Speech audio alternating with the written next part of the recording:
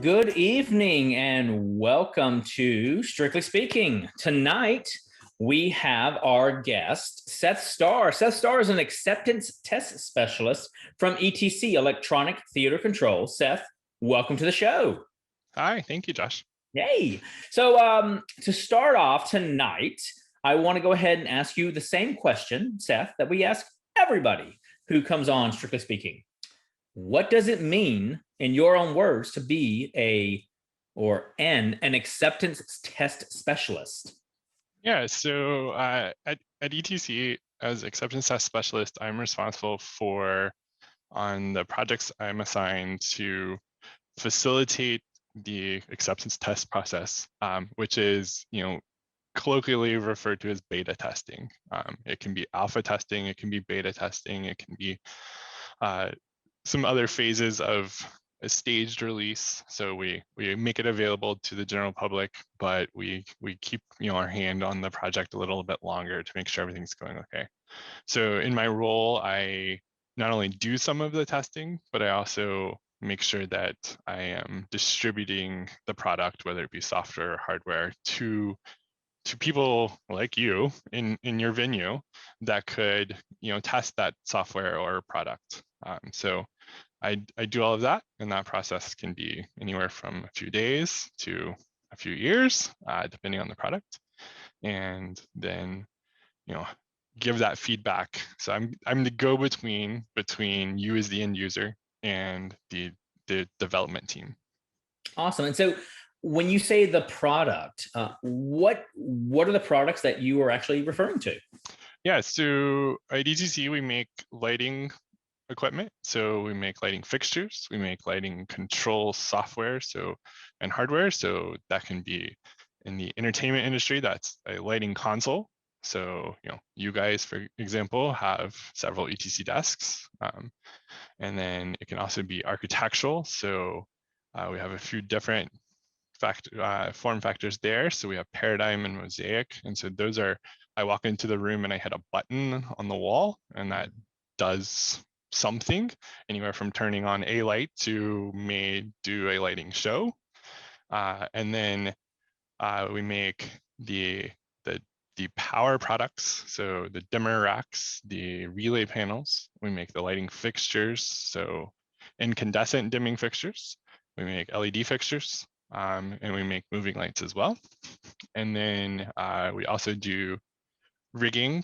So we do automated rigging. Yep. So there's the sensor dimmer racks. So these are, back in the day, we called them our bread and butter. Those right there are the portable ones, the touring ones. So the big guys there would go out on a theatrical production. And then the next ones there are our install versions of the racks. So these are the latest version, the Sensor Rack 3. And so these would be mounted somewhere either backstage or preferably in an electrical room, because they do have a fan and can be a little noisy for a stage.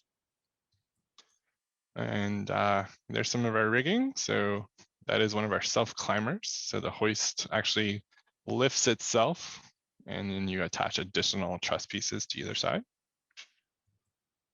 And there's one of our big hoists, and that would get mounted in a different manner. And then that drum there you see kind of centered in the photo, yep, is where the cable would spool off to do the raise and lowering part. And what would something like this lift for the stage? I mean, are we talking people? Are we talking equipment? No people. So we do not make any hoists that are designed to lift people. We lift equipment. So a lighting position or an electric. You saw the photo before of the truss. So if you've been to a kind of a concert, you'll see that shiny silvery truss. Lighting fixtures and other things will hang from that. So, or it can be a simple pipe that we're raising and lowering. We refer to it as a batten. Or it can be things like scoreboards. So if you've been in a large venue, like a basketball coliseum or a sports arena, the big giant scoreboard in the middle, we make hoists that raise and lower those as well. Awesome. So here's an electric. Yeah. So here's a theatrical one. This is our special Prodigy with the Prodigy cable management. So that flat ribbon right there you see is the electrical and data wires coming down, and they travel across in that trolley. And so as the hoist goes up and down, that trolley there kind of in the center over there, yeah, that guy, it moves back and forth automatically with the raise and lower, and it helps keep that cable under tension so that it doesn't slackline and dump and fall on the stage or something along those lines. And in the olden days, or not so olden days, yeah, when we were in school, we would, we'd have that, we call it a swag, yes. So all that cable would just essentially kind of billow or lift on the side of the stage. So this is a new thing, yeah. And usually you or I would have to go up there and tie it off and pick it up out of the sight lines. And then if we forgot, it caused problems later. Yeah. Yep. No, I remember that. Yes, that was fun. And for those who may not understand what Seth means by sight lines, that is what the audience can see from the stage, from the audience. So we want to make sure, as we create these worlds, we're not seeing all the magic or the electrical or any of those items behind. Yeah. So I'm going to throw us back up in here, looking at some other items that, under those product that we talked about. If I can get it, there we go.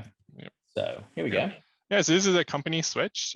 So this thing allows, so in the backside, the part you can't see, has power that would be coming from the building's infrastructure. So from an electrical room, a transformer, and then what you see down in the bottom there, those cables coming in, the blue, red, black, white, green, would be the portable cables that would tie in to hook up, say, one of those portable dimming racks. One of the first, actually the first photo we showed. The optional components you're seeing inside allow you to tie in what are called bare wires or pigtails in. And so you can actually land it in there. And then so that guy right there. So the larger of the two on the back especially would use this cable, this company switch to tie into. The little guys can also do it, but normally they would have a smaller panel feeding those. So this one specifically is a 200 amp feed. So it's 200 amps of 3-phase power at 120/208 volts, which is pretty much what we're going to use in our industry, because when you break that down, we use 120 volt or 208 volt fixtures at the end of the day. And so for everyone, well, with the exception of our few electrical engineers I see in our audience, if you've ever been overseas, things operate on different,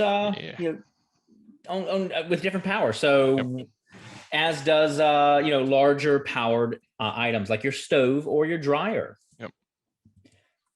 So our European equipment runs on 240 volts. And then we have equipment that runs in Japan on 90 or 100 volts, depending. And so these are our studio fixtures. So you have the phosphor panels in the 3 sizes. Those are the square, the bigger rectangle, and the smaller rectangle there. And then we have our new Fresnel fixture in the same line. So these use 8 colors, different colors of LEDs to generate a ridiculous number of colors. It's in the millions. Wow. And I've forgotten that number because it's whatever 8 times or 255 or 256 rather to the 8th power is. It's a lot. All right. If I had a prize, I would give a prize to the first person that could figure that out, but no prizes. So here we are. Look at that. Yeah, so this is our flagship console, and I actually have one sitting next to me.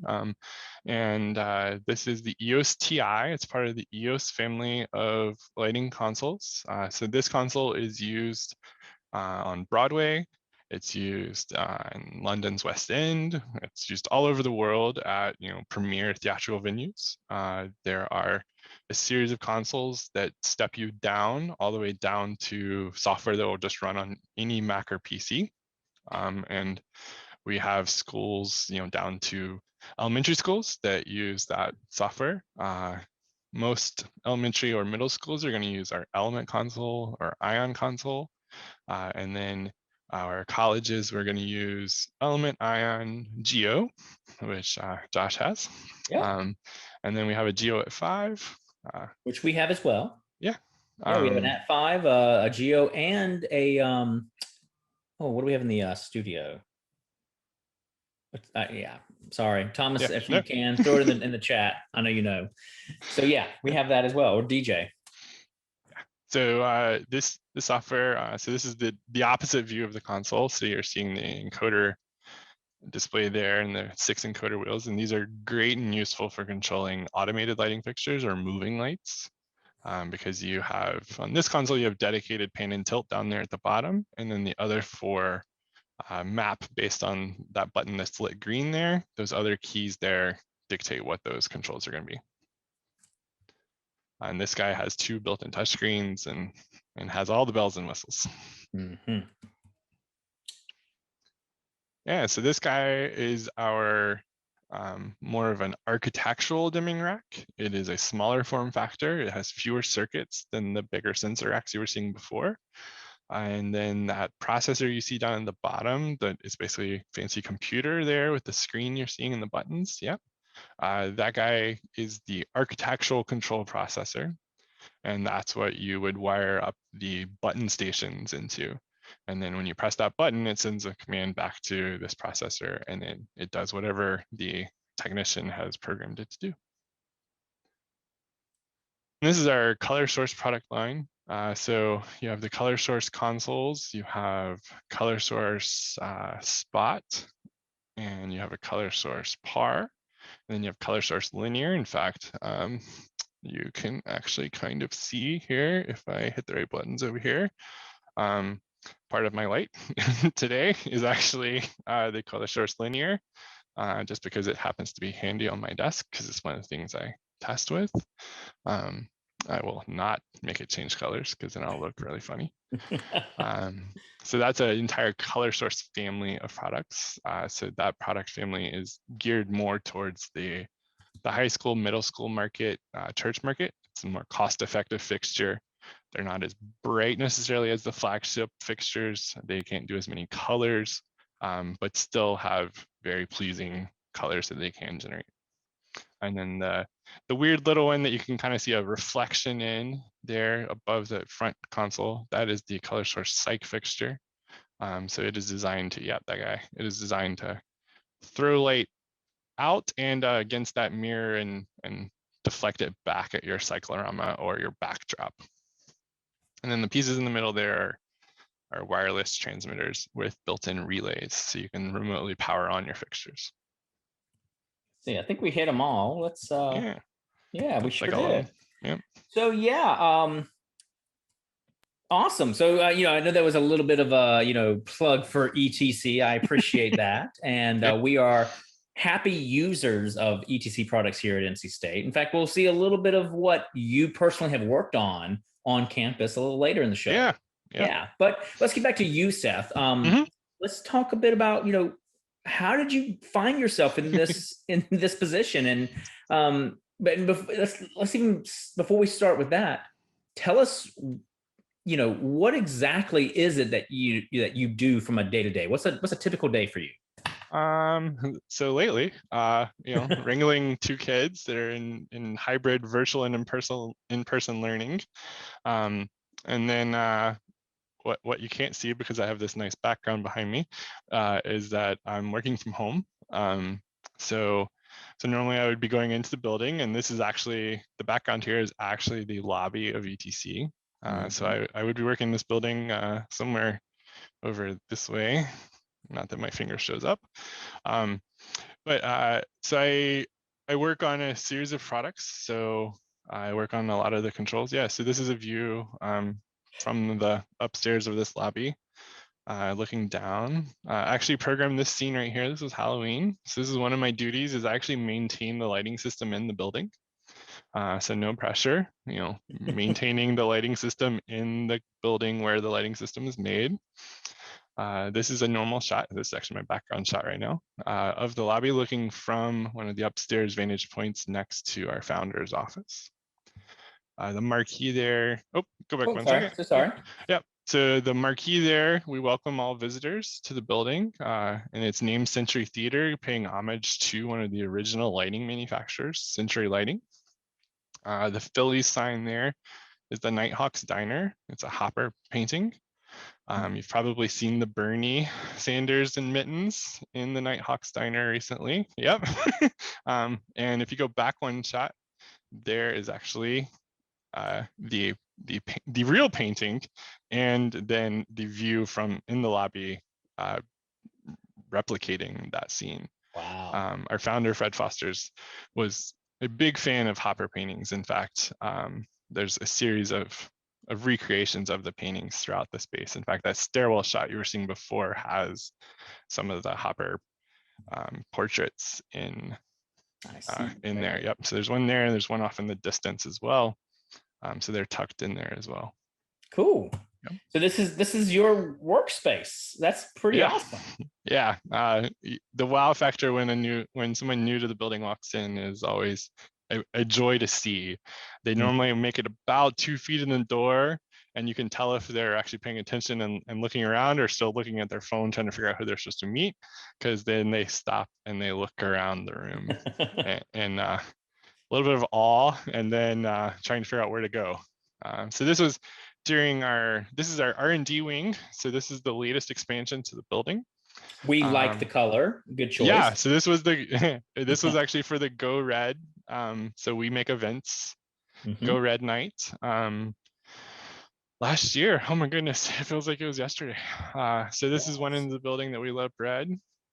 This is where all of the fun happens when we are creating new products. So I spend a fair amount of time over here in my day-to-day. And then this is the front of the building. The little wall you're seeing there, the little partial wall you're seeing there, is actually the backside of an amphitheater, where the main entrance is actually the stage. So when you enter the building from the front, you're walking up on the stage of the amphitheater, walking under the truss, and then going through those doors there you see in the middle, and you are walking into the shot you just saw of the lobby. Wow. Yeah. So this is we call it the shipping dragon. So this is back by shipping and receiving. They saw a cardboard expo demo at one of the trade shows, and they came home and made this thing. So this is it in its static white look. It's kind of boring. And then the next shot should be it at night in the colors. And so there's actually a color source console, and these are all color source fixtures lighting it. And it goes through a series of color chases and events throughout the day. Yep. And so this thing runs 24/7. It's actually part of our acceptance testing and longevity testing of the fixtures, because they sit here and run all day long every day. And it was a cool thing. It was kind of a dead space. And we don't need that area up there because the garage doors there are only so tall. So we didn't need the space up there. So we decorated for the folks in the back. Yeah. And then that's my old desk. And that's what they do when you have a birthday. That's kind of fun. All right, so let's get back to, I'm sorry I jumped around there, but let's get back to your desk and what you do day to day. So my primary products are the EOS family of consoles, the Color Source and Echo Touch family, and the Paradigm family. Those are my 3 main cores. I also deal with a lot of the networking products, but you're not as likely to know what those are. Sure. Yeah. I mean, essentially, they're connecting systems to your system. Yep. So EOS being the entertainment lighting controller that we deal with on theaters all over the world. So in a day-to-day, when we're in a development cycle, we will be in beta testing, and we have alpha testing, closed beta testing, open beta testing that I facilitate. And I may be working one moment with you in your venue, and in the next moment I may be having an email or text message chat or phone call with a Broadway lighting programmer. And then later in the day, I may be talking to somebody in Japan who's from the United Kingdom, who's programming a show that is on tour there and has a question or helping out. So we have folks all over the world. So sometimes time zones can be a fun challenge. We have a customer right now who's in New Zealand. So it's already tomorrow for him. So yeah, so being aware of where they are in the world and making sure that we're getting them the solutions that they need in a timely manner can be tricky. That's cool. I mean, if they're in New Zealand, they can say, I need that solution yesterday, and yeah, you can give it to them yeah. yesterday.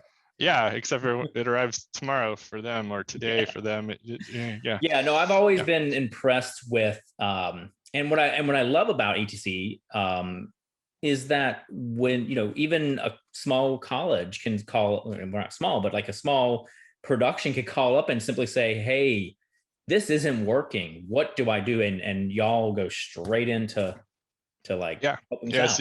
So you when you call in during business hours, you'll always get a person that'll answer the phone, and then after hours there's 27 support, and you are talking to a technical support specialist, and then they do their best to get you back up and operational. Obviously, things happen, and sometimes it's an equipment failure, but they also can help you. I need to know how to program a color palette into a preset into a cue and play that back in this fade time, and they can talk you through that. Awesome. So yeah, so you're there. You're now. How much travel is involved? I mean, like I can't imagine that you stay put much. Yeah. So my position actually, I'm fortunate in that I don't travel a lot. If it wasn't for COVID, normally end up traveling once a quarter to a site to support a site. It just depends on the development cycles. Potentially I could travel for a few weeks at a time, but I spend a lot of time at the factory because I am the go-between between the research and development section of the building and the people out in the field doing the test. So when I do go out of the building, I'm limited in how much I can support everyone else. In my role before this, I worked at Barbizon Lighting in Charlotte, and I was an install technician, a service technician. And so I was the person in the field that was calling in, as needed, and I was out there doing the work. So actually I've been to see Josh when they got the console and training. Yeah. So I used to be that person, and I traveled on average. I'll put it this way. I was not in the office roughly 40 weeks out of the year. Whew, that's a lot. Yeah. Yeah. And even when you were here, so, just to our fellow NC State students, alumni, and staff, you were working on a quite a major project at NC State recently. And you tell us a bit about that process. Yeah, so I've worked on a few there. I worked on the James Hunt Library. There's two kind of maker spaces, if you will, up on the, I think it's technically the fourth floor. It was a lot of stairs, and no elevator during construction. It's awesome. And I parked, I think, over, might as well have been in your theater venue and had to walk over. Yeah, I don't believe the parking deck was there just then. No, it was not. And what parking was there was reserved for you guys, so it was fun. But yeah, so I worked on those, and those have some. They have some paradigm control systems and some architectural things, and then also the ability to hook up a lighting console. In fact, I think you and I talked about that at one point. To be able to do special things in there. And then I worked at the Reynolds Coliseum remodel. Yeah. So they took it down to the concrete. And so they updated the sports lighting in there to LED fixtures, and then we put in the control system to control those. Yeah, there's the seats. They just piled them up and ready to haul them off for whoever wanted to buy them, which people do. I have seen it. Yep. And then this is a shot up from the control booth area. You have a great view of the catwalk and air ducts, and you look down and it happened to be volleyball practice time right down there. So this is where there's folks that can operate a touchscreen from up there or down in a manager's office to control the sports lighting. Cool. And I know, it's not obviously a performance venue, but, how does your products and your support really help like a sports arena that, are they not just turning on the lights and turning them off? Yeah, those days are gone. The days of, you come in 2 hours before a game and you turn the lights on and wait 30 minutes for them to warm up and change a few colors as they do, and then hopefully get something close to white light. Those days are gone.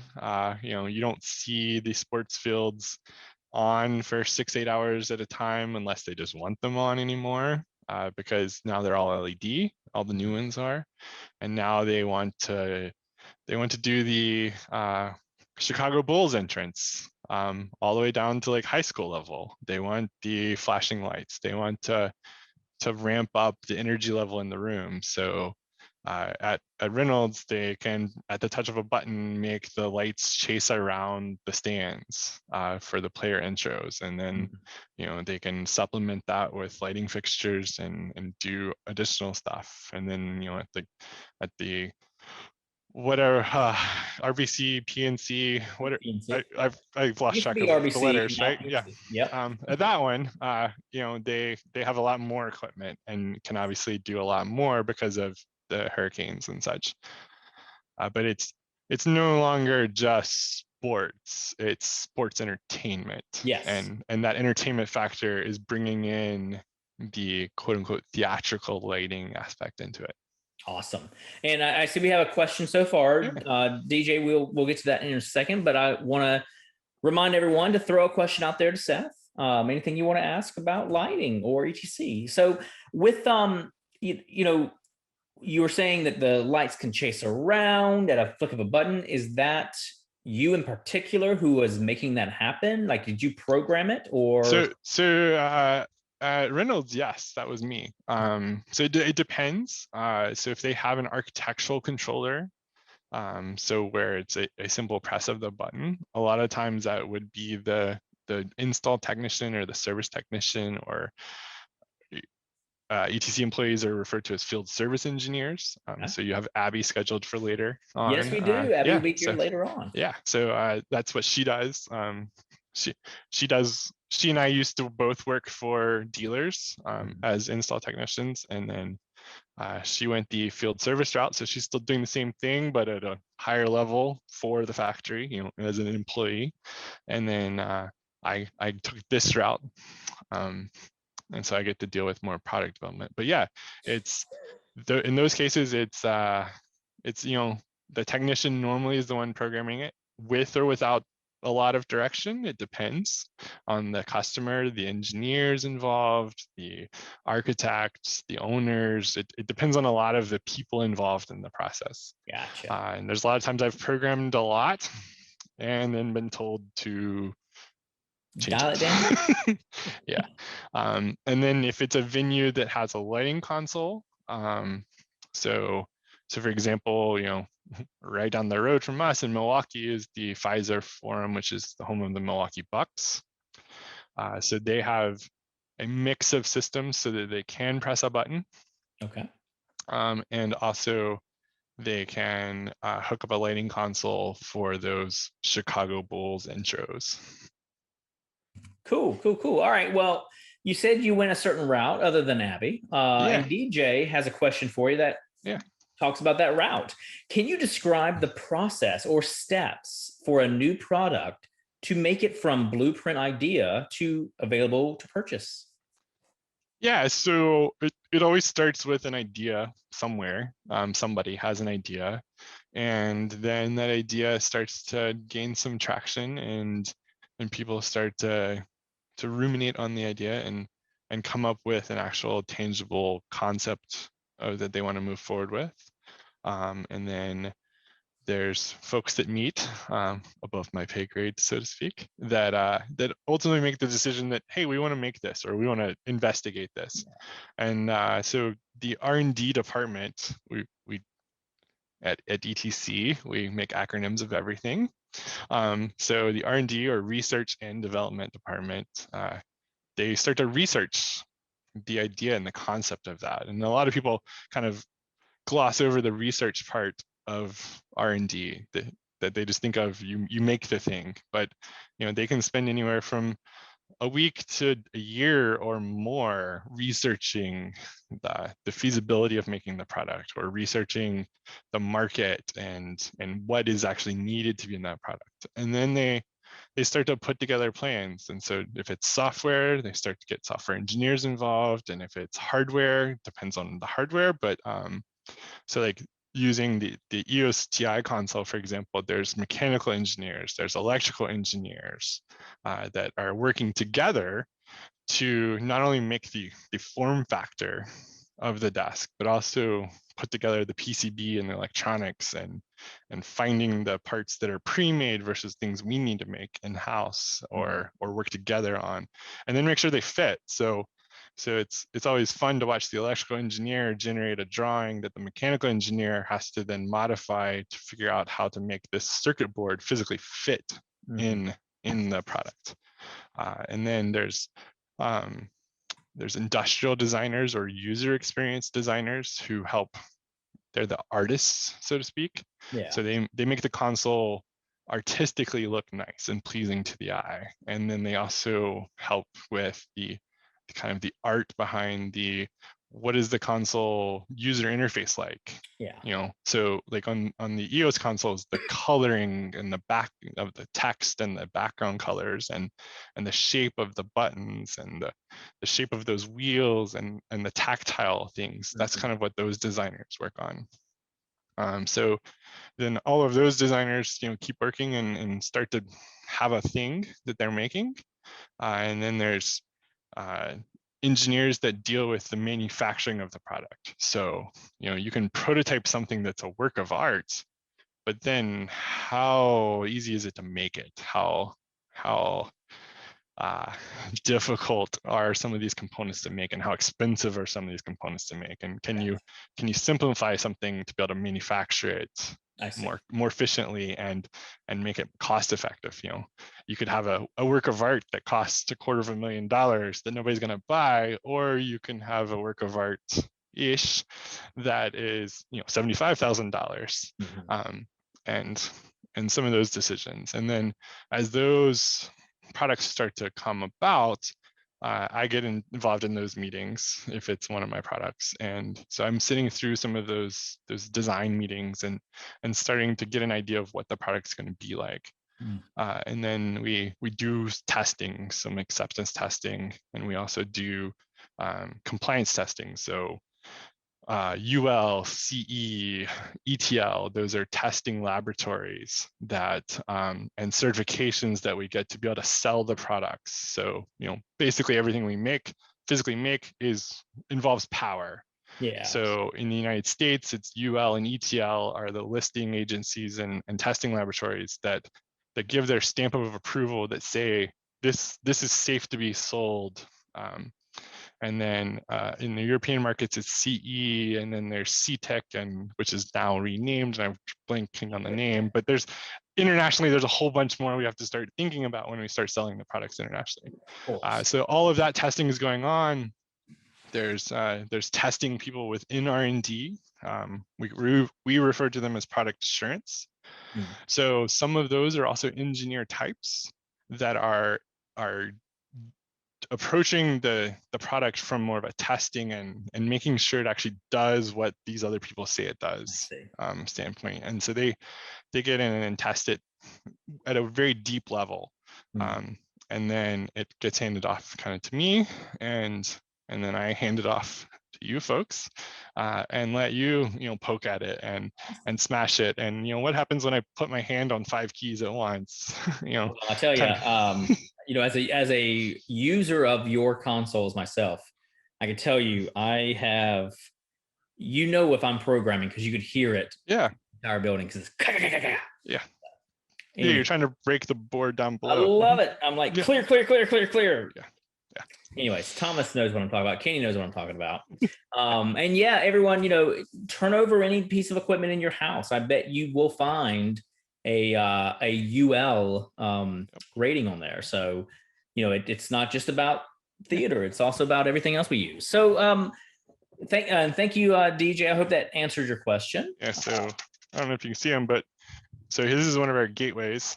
So you can see here's the list of There it is. testing that it's in compliance with. And so if those aren't on there and we try and sell it, and say the electrical inspector, or sometimes even the fire marshal or fire inspector comes by and they don't see that sticker, it's got to go. And so it may not be allowed to be in the building. Ooh. So tell us, what has been the most exciting project that you've worked on to date, whether it be at ETC or Barbizon Yeah. or anywhere else? Yeah, so I have a few. We have photos from a few of them. The uh, the most visually impressive one, although it's not because of our lighting, it's more because of what we were lighting, would be the Ripley's aquariums. I worked on both the Myrtle Beach and the Gatlinburg locations, and we relit those. They had some of those ugly fixtures we talked about earlier where they change color as they warm up.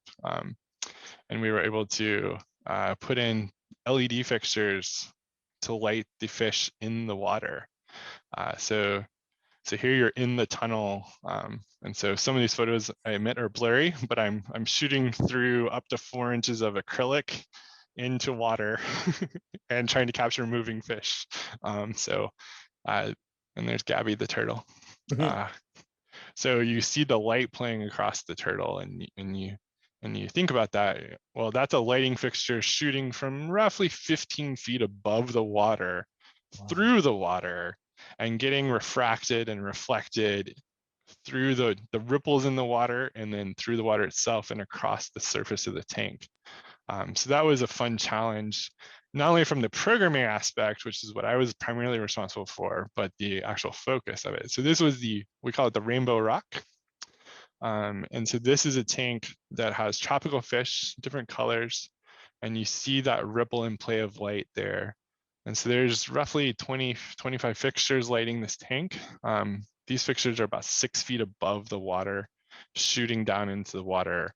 And so you're aiming the light from above, and you can't really see what it looks like through the water. You have to rely on someone that's down underneath looking through those acrylic viewing panes to actually call the focus, to tell that person above how to aim that light and get it in the right spot.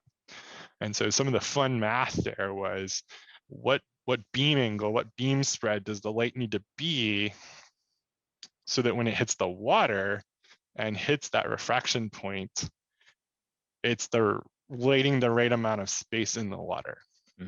And you're not just lighting the floor, as Josh can attest, you're lighting the air. Well, in this case, you're lighting the water. Yeah.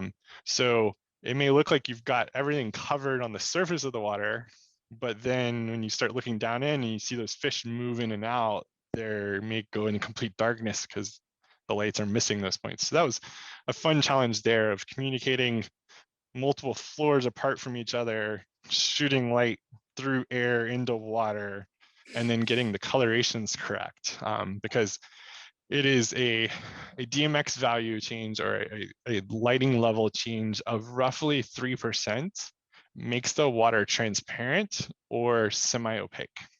Really? Yeah, so there's a magical color of basically sky blue, imagine, who'd have thought, that makes the water virtually transparent.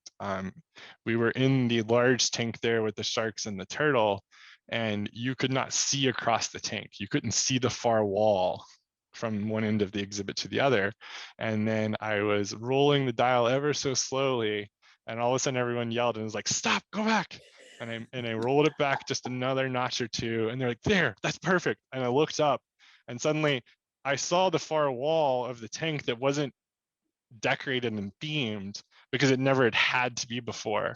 And it was actually just a blue wall of the tank, because it had always been in shadow and no one had ever really paid attention to the fact that it didn't have theming on it. So you've created an underwater cloaking device, apparently. Yeah. So the fish literally looked like they were just floating in air.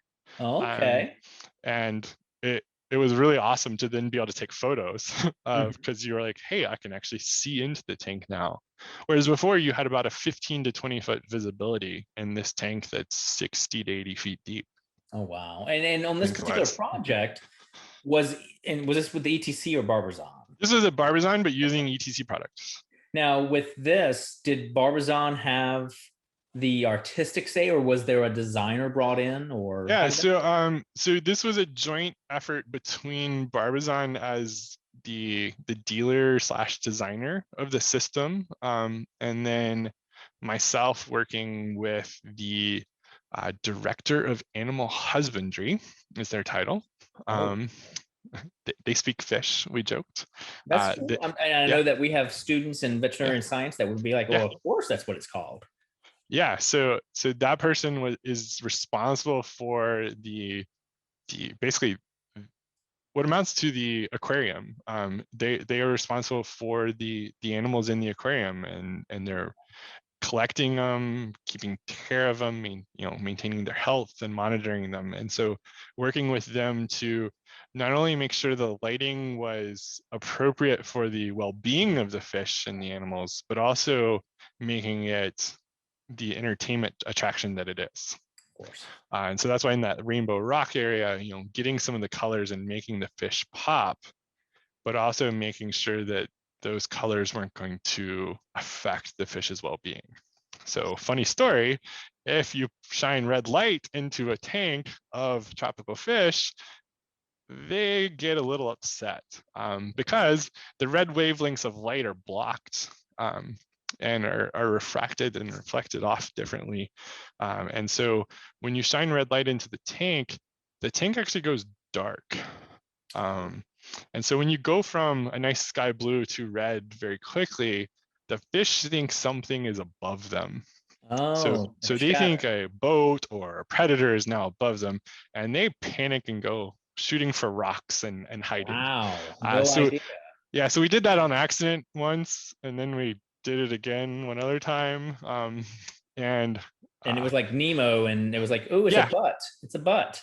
Yeah, exactly. And the director of animal husbandry happened to see it the second time and was like, yeah, please don't do that again. How can we prevent that? And so we actually changed the programming and changed the control surface, the station, so that they could not access and change the color into the spectrums. That's great. Because of that. Awesome. Yeah. Cool. All right. Well, thank you for sharing that with us. And I've got another project that you've sent me, and we won't hold it against you for sending us a project from another school. From my school, my favorite school. No, that looks like this is from Duke. Yeah, this is from the Duke New Arts building. It's called the Rubenstein Center for the Arts or something like that, I think is what it was named after I left. So this is an example of a construction site, a new construction site, as opposed to the renovation there at Reynolds you saw before. So this is actually a shot, the lower level there where you can see the lift and the windows to the outside world. That's the main entrance that eventually got these giant rolling barn doors. The level above were windows there, and that's kind of the first mezzanine. And then the second level up, all the way up to the top, that actually was the control booth, or became the control booth. The architect and designers of the space were really big on making this building part of the environment. So there is a lot of glass and a lot of windows in this theater space. And here's an example of what I walked it into. So the electrical contractors had pulled all of the, in this case, the data wiring and control wiring into our location. And they spooled off some extra and some slack for me and just left it hanging there. And so then, unfortunately, I did not grab an after shot of what this looks like afterwards, but that looks cleaner. Yeah, so like you can tell which part the electrical contractors actually really cared about. This theater in particular is acoustically and structurally isolated from the rest of the building. So the theater itself is actually a building within the building. And so why is that, Seth? So this is to help minimize noise transference from the outside world and from the inside to the outside. So the rest of this building was a mixed use space of art studios, dance studios, ballet studios, and you name it, they can do it in that space. And so the theater room was designed to be basically a bubble within. And so that conduit you were seeing there was flexible to allow the two buildings to move separately from one another. As needed. I see. Yep. Wow. And so it's basically about 3 feet of flexible conduit between those 2 points, and a little bit of slack there just to let the buildings shift and move independently of one another. Wow. Yeah. Yeah, and then this is it's a different venue at Duke. It was under renovation at the time, and so this is an example of what it looks like during a renovation when you need to work on the ceiling. And this is the balcony. Yes. Yep. So this is the balcony. Yep. So I'm standing at the house right edge of the theater, right up near the stage, looking back that direction. So you can see the under balcony is lit up there. It's kind of the yellow color down below. And then you go all the way up through the balcony. And then once you climb these stairs here, you go up onto this deck, which is referred to as a dance floor. Yeah, fun terms you hear and you're like, wait, that's not a dance floor. So yeah, it's referred to as the dance floor. And that is a structural floor. And those are aluminum I-beams spanned across this scaffolding system. And so when you're up there on that floor, other than hearing the kind of drum sound below you, it is fully structural. And in some applications, they'll actually even have lifts and other heavy equipment up there. And this is only for the renovation. So this is just a temporary structure within the building. Wow. Yep. So that they could work on the ceiling. A building inside a building inside a building. Is that what we're hearing? Pretty much. Yeah. Yep. So this is an example of more of what, a renovation construction site would look like. Now, did you, I assume this is during your time with Barbizon? Yes, this was, yeah. Did you have any, like, this is done by another company altogether? Oh, yes. Yep. Oh, yes. Great. Yep. Cool. Yeah. No part of building that. Yeah. So this is actually back to the other building, the New Arts building. And so you're seeing a multi-purpose room down below, and then you're seeing one of the many dance rooms up above that's cantilevered out. And so this was actually taken while we were testing the in-ground lighting that light up some of the building facade. And so, an example of all the trades coming together, these classrooms, these performance rooms had acoustical treatment on the walls. So they had acoustical engineers, they had sprung dance floors. So they had different, trades doing that. And they had the fire contractor, the fire alarm contractor was actually having to put in some acoustical fire stop to prevent noise transference between the electrical devices in the wall.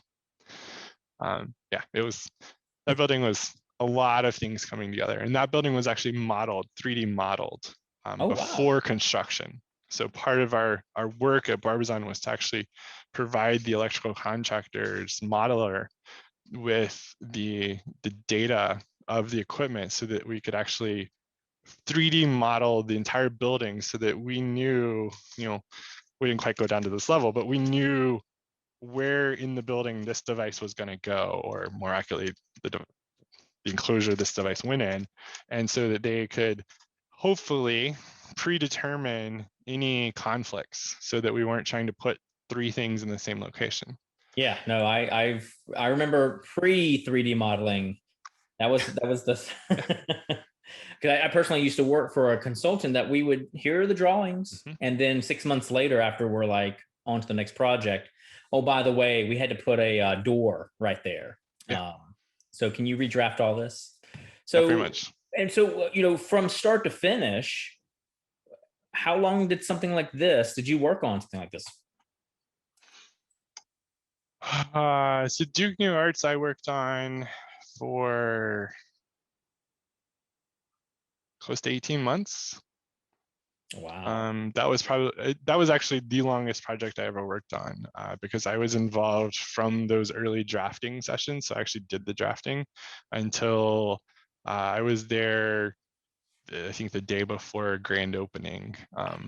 And so I started that project and I finished that project from beginning to end. Yeah. And it was was a long process, but an average project, so like a high school, so like the high school next door to your wife, for example, or middle Oh, school next door to yes. your wife, I worked Yeah. on. Oh, Apex Middle. Yeah, Yeah. friendship. Yeah, Friendship. and so I worked on that. I was there for 4 days doing the initial system startup, and then I came back a day for training.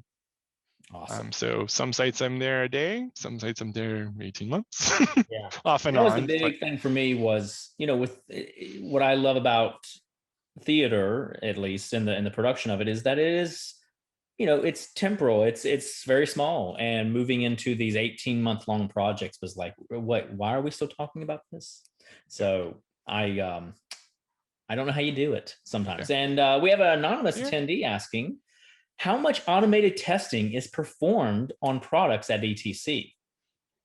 Yeah, so more every day.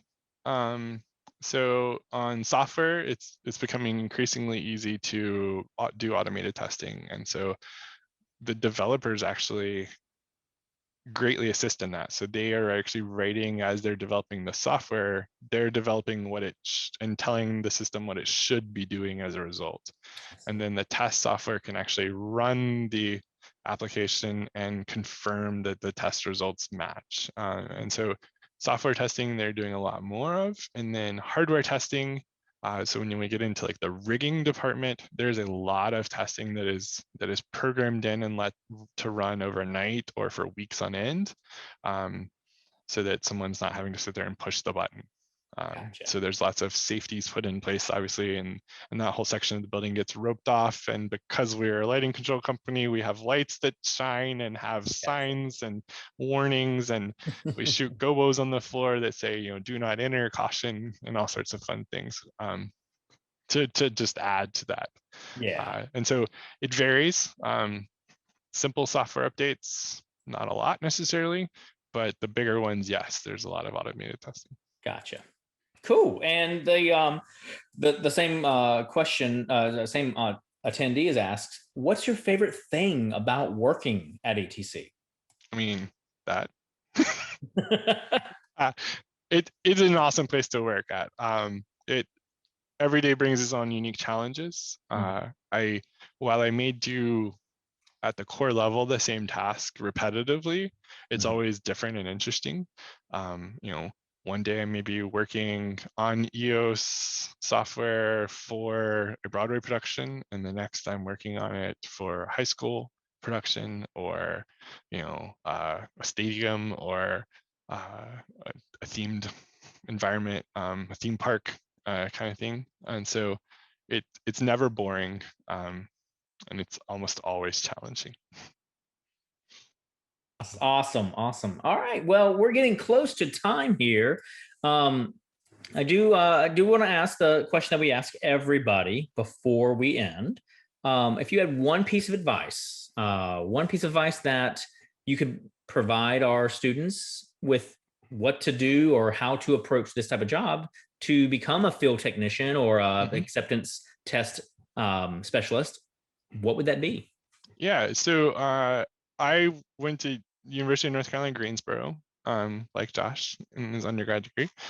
So I went there and approached my current role basically from the more arts side of things. So I went and got a theatrical design and arts degree. Now, a little bit about myself. I grew up with my dad doing construction, so I had some of the technical background already. And so I wanted to learn more about the arts side of things in my approach. I never really wanted to do theater per se as my end goal, my career, but I knew I needed that background to do what I do now, to be able to help those folks.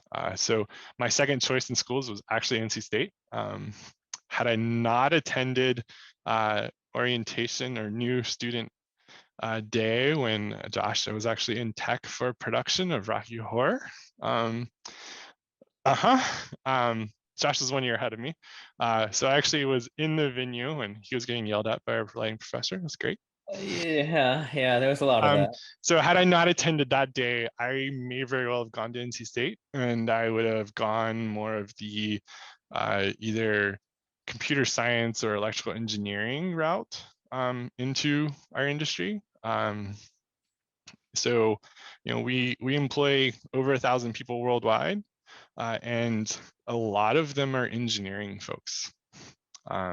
The manufacturing folks all have some form of, they're doing engineering type tasks. They're building electronics. They're doing mechanical stuff. All of R&D is an engineer of some sort. So it's two paths to the world. You can take the arts approach and then learn more of the technical to do what I do, or you can stay completely in the arts and be more of the designer working with those folks. Or you can come at it from I'm a software engineer and I don't know anything about theater, but I'm gonna start programming software for this architectural lighting product. Yeah. And so we have some of those folks that they get here and they're awesome software designers or awesome electrical engineers, but they don't necessarily know theater or what we do. And so there's a learning curve both directions. Yep. Or you can come to NC State and and get do a degree both. in Yeah. electrical engineering and do theater. So and actually some of our best people are people that did that. They either minored and majored or double majored if they were at a school that could do that.